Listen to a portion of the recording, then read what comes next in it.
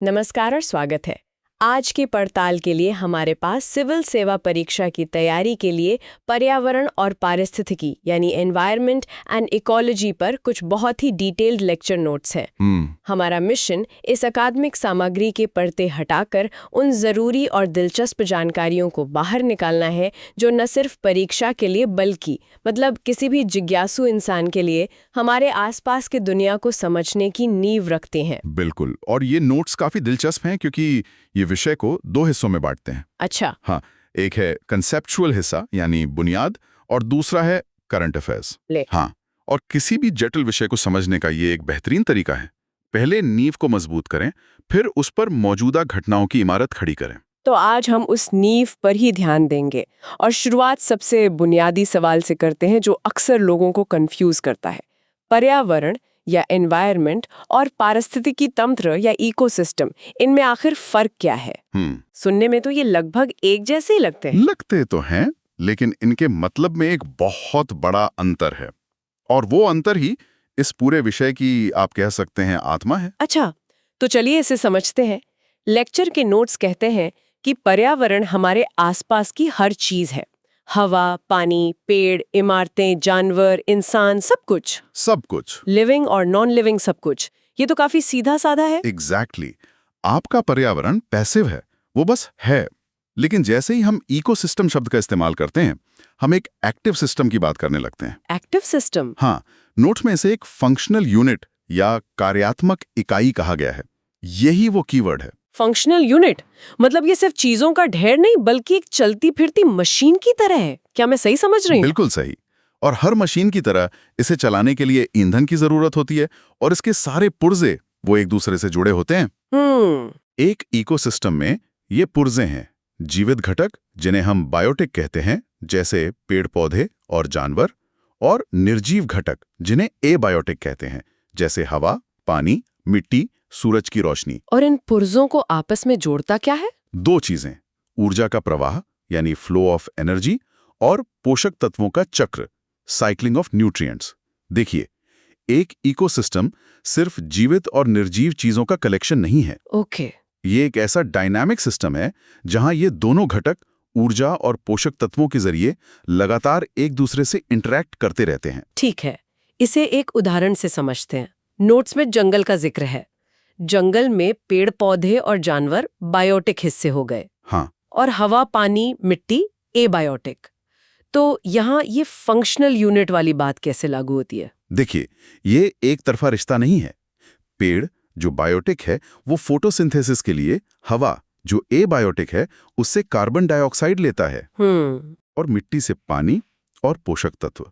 ये एक सीधा लिंक है, लेकिन ये रिश्ता दो तरफा है। वो कैसे? जानवर यानी बायोटिक सांस लेने के लिए हवा से ऑक्सीजन यानी एबायोटिक लेते हैं, लेकिन साथ ही मिट्टी में मौजूद करोड़ों सूक्ष्मजीव माइक्रोब्स जो बायोटिक हैं, वो मरे हुए पत्तों और जानवरों को सड़ाकर मिट्टी जो एबायोटिक है उसको उपजाऊ बनाते हैं। अच्छा, तो बायोटिक घटक एबायोटिक घटक को बदल रहा है, उसे बना रहा है। बिल्कुल। ये आपसी निर्भरता का एक इतना जटिल जाल है कि ये पूरा सिस्टम आत्मनिर्भर यानी सेल्फ सस्टेनिंग बन जाता है। उसे बाहर से कुछ नहीं चाहिए सिवाय सूरज की ऊर्जा के। बिल्कुल, आपने सही पकड़ा। अच्छा, तो ये मशीन खुद ही चलती है, खुद ही अपनी मरम्मत करती है। तो अगर ये एक मशीन है तो इसका कोई डिजाइन भी होगा, कोई स्ट्रक्चर? हाँ, एक संरचना होती है। नोट्स में एक पोषी संरचना या ट्रॉफिक स्ट्रक्चर का जिक्र है। हाँ, ये सुनने में तो बहुत टेक्निकल लगता है। ये टेक्निकल जरूर लगता है, पर इसका मतलब बहुत सरल है। कौन किसे खाता है? कौन किसे खाता है? हाँ, ये एक इकोसिस्टम का पावर स्ट्रक्चर है। इसे हम एक पिरामिड के रूप में देख सकते हैं। सबसे नीचे सबसे चौड़े हिस्से में होते हैं उत्पादक या प्रोड्यूसर्स, यानी पेड़ पौधे जो सूरज की रोशनी से अपना भोजन खुद बनाते हैं। सही। फिर अगले लेवल पर आते हैं प्राथमिक उपभोक्ता या प्राइमरी कंज्यूमर्स, शाकाहारी जीव। हाँ, वो शाकाहारी जीव जो इन पौधों को खाते हैं, जैसे हिरण या खरगोश। उनके ऊपर है द्वितीयक उपभोक्ता या सेकेंडरी कंज्यूमर्स, यानी वो मांसाहारी जो इन शाकाहारियों को खाते हैं, जैसे लोमड़ी या सांप। बिल्कुल। और पिरामिड की सबसे ऊपर होते हैं टॉप प्रेडेटर्स, जैसे बाघ या बाज। ये एक हिरार्की है। ठीक है, तो ये पिरामिड हमें बताता है कि कौन किसे खाता है। लेकिन जब एक बाघ हिरण को खाता है तो असल में क्या ट्रांसफर हो रहा होता है? सिर्फ मांस या कुछ और भी है? यही सबसे दिलचस्प सवाल है। यहाँ दो फंडामेंटल चीजें ट्रांसफर हो रही हैं, जैसा हमने पहले जिक्र किया था, ऊर्जा और पोषक तत्व। अच्छा, और दोनों के ट्रांसफर होने का तरीका बिल्कुल अलग है। चलिए पहले ऊर्जा के प्रवाह को समझते हैं। नोट्स में ऊष्मा प्रवैगिकी यानी थर्मोडायनेमिक्स के नियमों का जिक्र है। हाँ, स्कूल में पढ़ा था कि ऊर्जा को ना तो बनाया जा सकता है ना ही नष्ट किया जा सकता है, बस उसका रूप बदलता है। बिल्कुल। और दूसरा नियम ये कहता है कि जब भी ऊर्जा का रूप बदलता है, उसका कुछ हिस्सा गर्मी यानी हीट के रूप में बर्बाद हो जाता है। इकोसिस्टम में यही होता है। यहाँ 10% का नियम या 10% रूल लागू होता है। 10% रूल, ये क्या है? ये एक बहुत ही महत्वपूर्ण कॉन्सेप्ट है। जब एक हिरण घास खाता है तो घास में मौजूद ऊर्जा का केवल 10% ही हिरण के शरीर का हिस्सा बनता है, यानी उसके बायोमास में स्टोर होता है। 1 मिनट, सिर्फ 10%?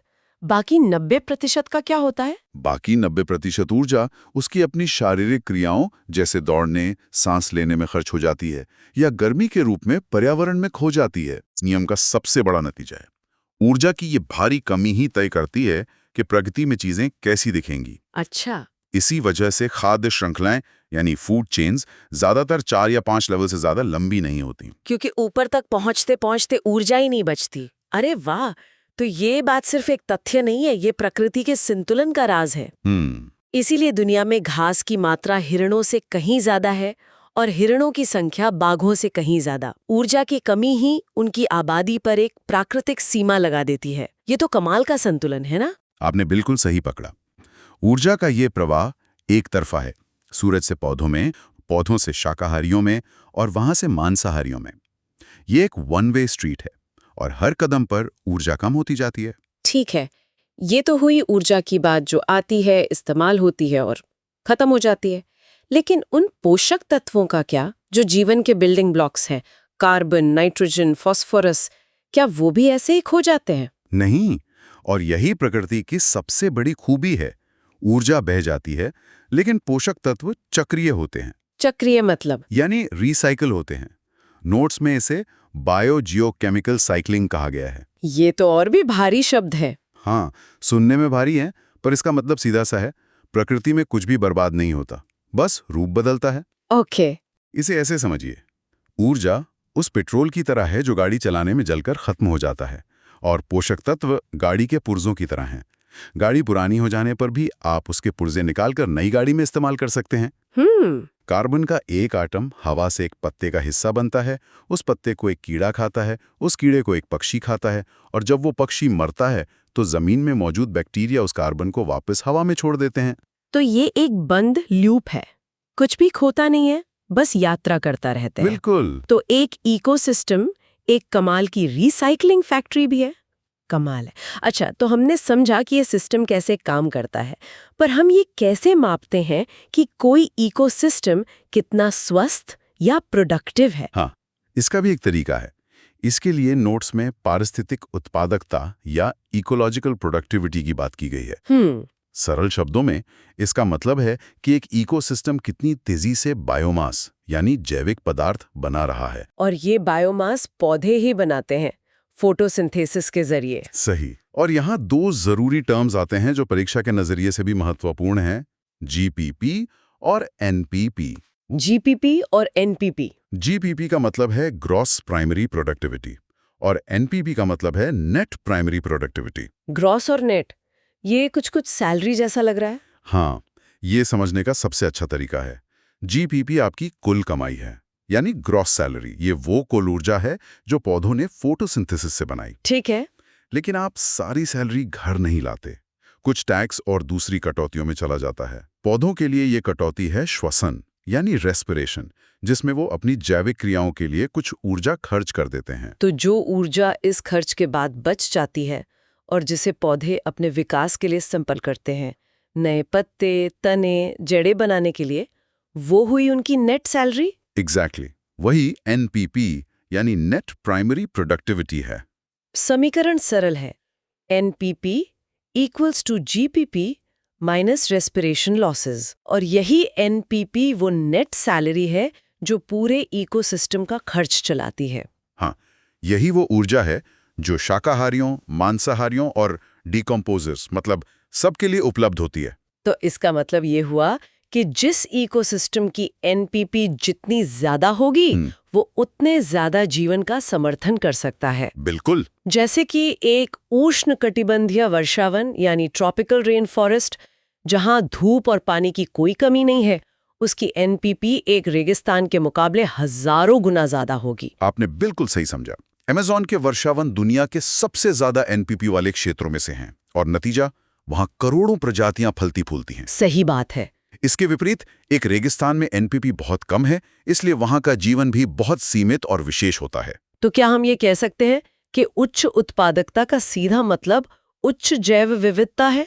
High productivity means high biodiversity. ज्यादातर मामलों में ये सच है। जहां जीवन के लिए ज्यादा भोजन और ऊर्जा उपलब्ध होगी, वहां ज्यादा तरह के जीव रह पाएंगे। और जैव विविधता यानी बायोडाइवर्सिटी का मतलब सिर्फ अलग अलग तरह के जानवरों और पौधों की गिनती नहीं है। नोट्स के मुताबिक ये 3 स्तरों पर होती है: जेनेटिक, स्पीशीज और इकोसिस्टम डाइवर्सिटी। स्पीशीज डाइवर्सिटी तो समझ में आती है, एक जंगल में शेर, हिरन, बंदर, सांप सब है।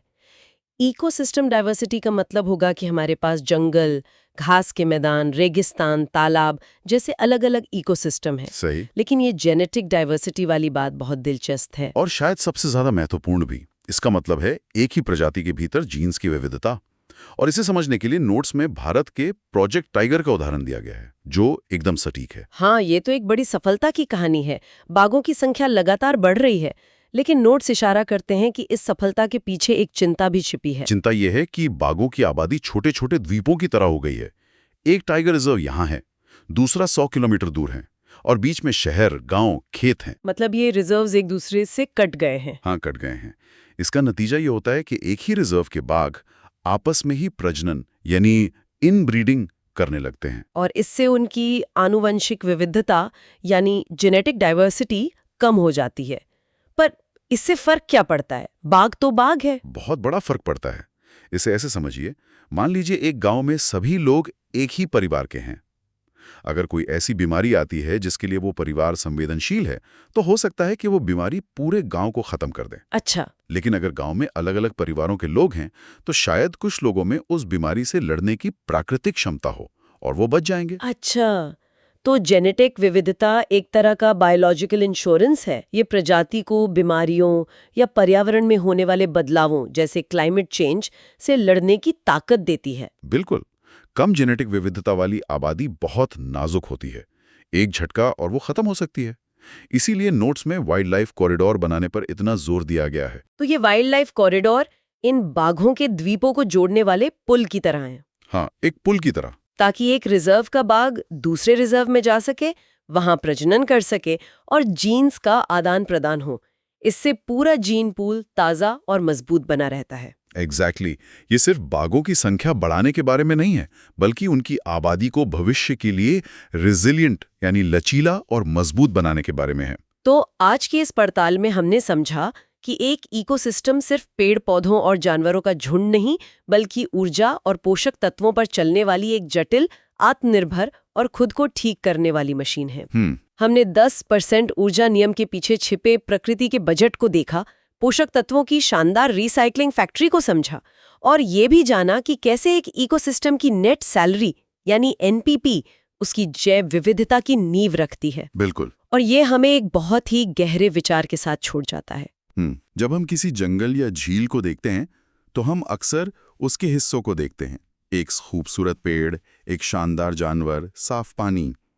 लेकिन आज की चर्चा के बाद शायद हमें खुद से ये सवाल पूछना चाहिए, क्या हम उन अदृश्य धागों और प्रवाहों को देख पा रहे हैं जो इन सब को एक साथ जिंदा रखे हुए हैं? वो ऊर्जा जो एक पत्ते से एक बाघ तक सफर कर रही है, वो कार्बन जो हवा से मिट्टी और वापस हवा में घूम रहा है, वो जेनेटिक कोड जो एक पीढ़ी से दूसरी पीढ़ी तक जा रहा है। हाँ, उन अदृश्य कनेक्शन को समझना, उन्हें महसूस करना और उनकी रक्षा करना ही संरक्षण यानी कंजर्वेशन का असली मतलब है। सिर्फ बाघ को बचाना काफी नहीं है, हमें उस पूरे जाल को बचाना होगा जो उस बाघ को बनाता है।